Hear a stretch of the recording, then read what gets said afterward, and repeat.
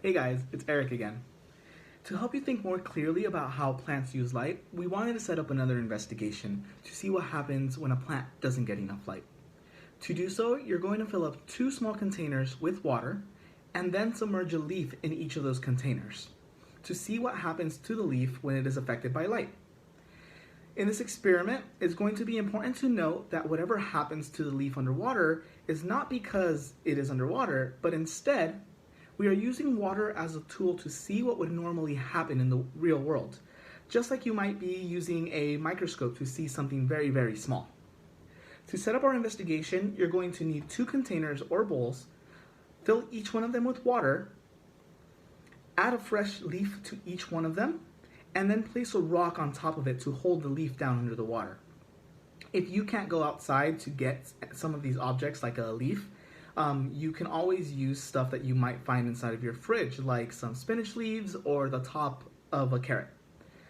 You may also not be able to find rocks, and that is okay because you can always find something that's heavy to hold the leaf down. For my investigation, what I did is I am using two Tupperware that I have here in my house. I found two leaves outside of my house as well, and these are from the same tree. And then instead of rocks, I am actually using nickels to hold them down. I couldn't find any rocks inside of my house.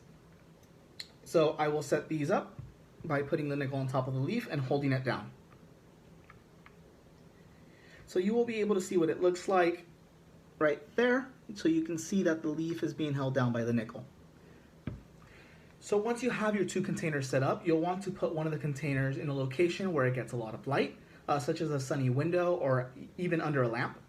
And then you'll place the other one in a dark place, like a closet. You'll leave them there for at least half an hour and then come back to see what happens.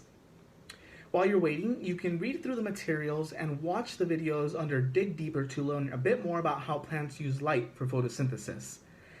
After enough time has passed, go ahead and open up your science notebook. If you can, it might be helpful to print this one out. Or maybe just recreate it on a piece of paper. It will ask you to draw a picture of what you see happening inside of your containers.